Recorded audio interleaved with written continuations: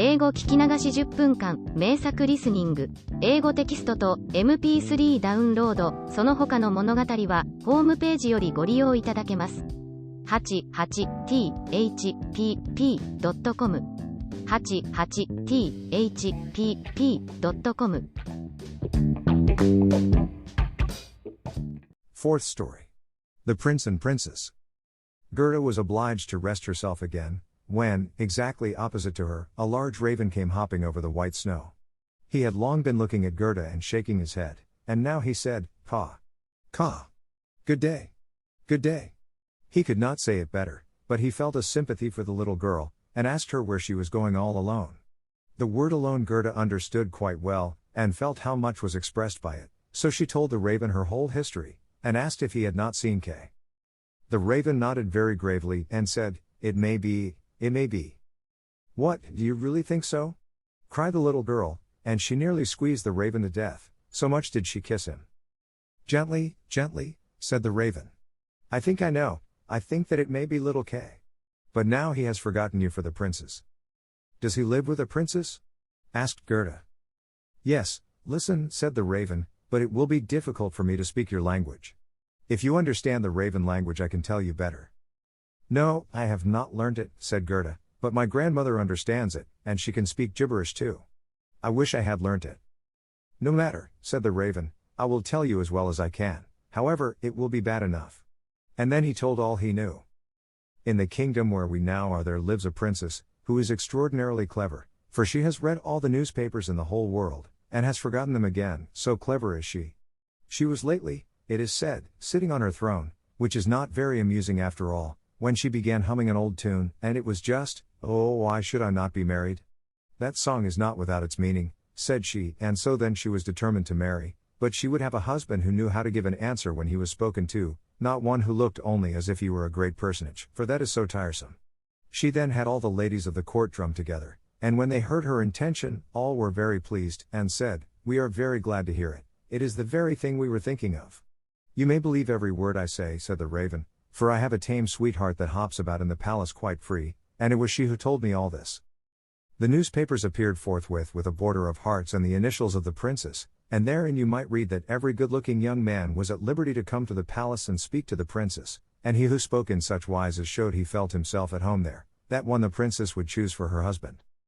"Yes, yes," said the raven, "you may believe it, it is as true as I am sitting here."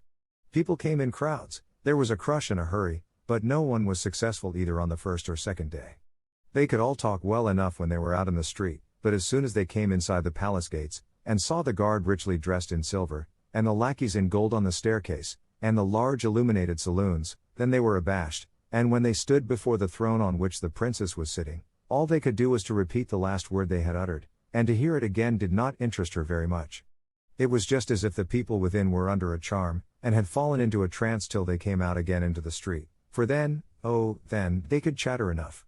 There was a whole row of them standing from the town gates to the palace. "I was there myself to look," said the raven. "They grew hungry and thirsty, but from the palace they got nothing whatever, not even a glass of water. Some of the cleverest, it is true, had taken bread and butter with them, but none shared it with his neighbor, for each thought, 'Let him look hungry, and then the princess won't have him.'" "But Kay, little Kay," said Gerda, "when did he come? Was he among the number?" "Patience, patience, we are just come to him. It was on the third day when a little personage without horse or equipage came marching right boldly up to the palace. His eyes shone like yours, he had beautiful long hair, but his clothes were very shabby." "That was Kay," cried Gerda, with a voice of delight. "Oh, now I've found him!" And she clapped her hands for joy. "He had a little knapsack at his back," said the raven. "No, that was certainly his sledge," said Gerda, "for when he went away he took his sledge with him." "That may be," said the raven, "I did not examine him so minutely, but I know from my tame sweetheart, that when he came into the courtyard of the palace, and saw the bodyguard in silver, the lackeys on the staircase, he was not the least abashed, he nodded, and said to them, 'It must be very tiresome to stand on the stairs, for my part, I shall go in.' The saloons were gleaming with lustres, privy councillors and excellencies were walking about barefooted, and wore gold keys, it was enough to make any one feel uncomfortable. His boots creaked, too, so loudly, but still he was not at all afraid. "That's Kay for certain," said Gerda. "I know he had on new boots, I have heard them creaking in Grandmamma's room. Yes, they creaked, said the raven.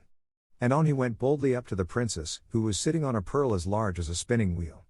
All the ladies of the court, with their attendants and attendants, and all the cavaliers, with their gentlemen and gentlemen's gentlemen, stood round, and the nearer they stood to the door, the prouder they looked. It was hardly possible to look at the gentleman's gentleman, so very haughtily did he stand in the doorway. It must have been terrible, said little Gerda. And did Kay get the princess? Were I not a raven, I should have taken the princess myself, although I am promised. It is said he spoke as well as I speak when I talk raven language, this I learned from my tame sweetheart. He was bold and nicely behaved, he had not come to woo the princess, but only to hear her wisdom. She pleased him and he pleased her. Yes, for certain that was Kay, said Gerda. He was so clever, he could reckon fractions in his head. Oh, you take me to the palace. That is very easily said, answered the raven. But how are we to manage it? I'll speak to my tame sweetheart about it, she must advise us, for so much I must tell you, such a little girl as you are will never get permission to enter. Oh, yes I shall, said Gerda, when Kay hears that I am here, he will come out directly to fetch me. Wait for me here on these steps, said the raven. He moved his head backwards and forwards and flew away. The evening was closing in when the raven returned. Caw, said he. She sends you her compliments, and here is a roll for you. She took it out of the kitchen, where there is bread enough. You are hungry, no doubt.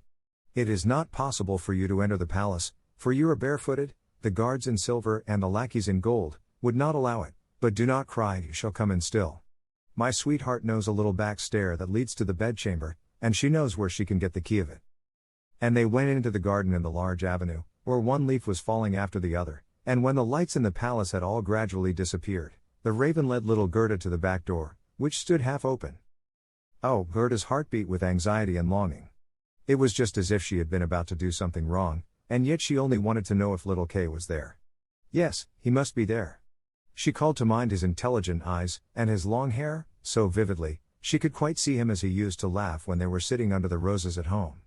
He will, no doubt, be glad to see you, to hear what a long way you have come for his sake, to know how unhappy all at home were when he did not come back.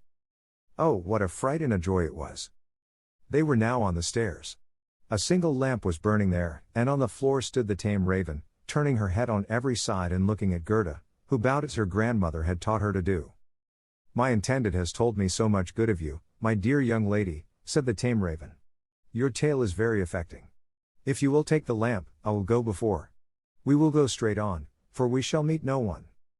I think there is somebody just behind us, said Gerda, and something rushed past. It was like shadowy figures on the wall, horses with flowing manes and thin legs, huntsmen, ladies and gentlemen on horseback. They are only dreams, said the raven.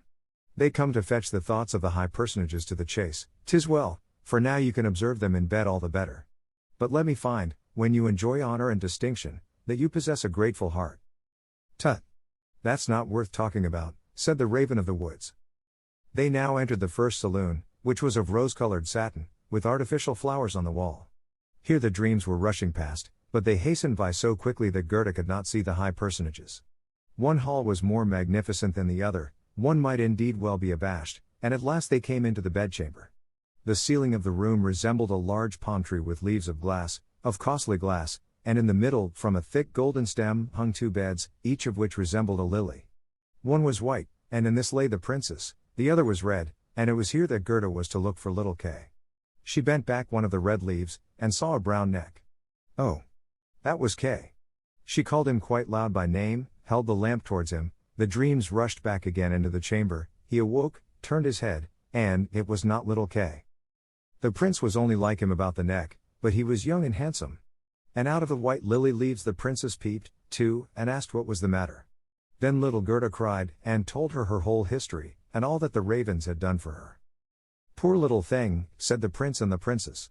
They praised the ravens very much, and told them they were not at all angry with them, but they were not to do so again. However, they should have a reward. Will you fly about here at liberty, asked the princess, or would you like to have a fixed appointment as court ravens, with all the broken bits from the kitchen? And both the ravens nodded, and begged for a fixed appointment, for they thought of their old age, and said, it is a good thing to have a provision for our old days. And the prince got up and let Gerda sleep in his bed, and more than this he could not do. She folded her little hands and thought, how good men and animals are. And she then fell asleep and slept soundly. All the dreams flew in again, and they now looked like the angels. They drew a little sledge, in which little Case sat and nodded his head. But the whole was only a dream, and therefore it all vanished as soon as she awoke. The next day she was dressed from head to foot in silk and velvet. They offered to let her stay at the palace, and lead a happy life, but she begged to have a little carriage with a horse in front, and for a small pair of shoes. Then, she said, she would again go forth in the wide world and look for Kay. Shoes and a muff were given her. She was, too, dressed very nicely, and when she was about to set off, a new carriage stopped before the door. It was of pure gold, and the arms of the prince and princess shone like a star upon it. The coachman, the footman, and the outriders, for outriders were there, too, all wore golden crowns. The prince and the princess assisted her into the carriage themselves, and wished her all success. The raven of the woods, who was now married, accompanied her for the first 3 miles. He sat beside Gerda, for he could not bear riding backwards. The other raven stood in the doorway, and flapped her wings. She could not accompany Gerda, because she suffered from headaches since she had had a fixed appointment and ate so much. The carriage was lined inside with sugar plums, and in the seats were fruits and gingerbread. Farewell! Farewell! Cried prince and princess, and Gerda wept, and the raven wept. Thus passed the first miles, and then the raven bade her farewell, and this was the most painful separation of all. He flew into a tree, and beat his black wings as long as he could see the carriage, that shone from afar like a sunbeam. Fifth story. The Little Robber Maiden. They drove through the dark wood, but the carriage shone like a torch, and it dazzled the eyes of the robbers, so that they could not bear to look at it. "'Tis gold! 'Tis gold!" they cried, and they rushed forward, seized the horses, knocked down the little postilion, the coachman, and the servants, and pulled little Gerda out of the carriage. "How plump, how beautiful she is! She must have been fed on nut kernels," said the old female robber, who had a long, scrubby beard, and bushy eyebrows that hung down over her eyes. "She is as good as a fatted lamb. How nice she will be!" And then she drew out a knife, the blade of which shone so that it was quite dreadful to behold. "Oh!" cried the woman at the same moment. She had been bitten in the ear by her own little daughter, who hung at her back, and who was so wild and unmanageable, that it was quite amusing to see her. "You naughty child," said the mother, and now she had not time to kill Gerda. 英語聞き流し10分間、名作リスニング、英語テキストと MP3 ダウンロード、その他の物語は、ホームページよりご利用いただけます。88thpp.com 88thpp.com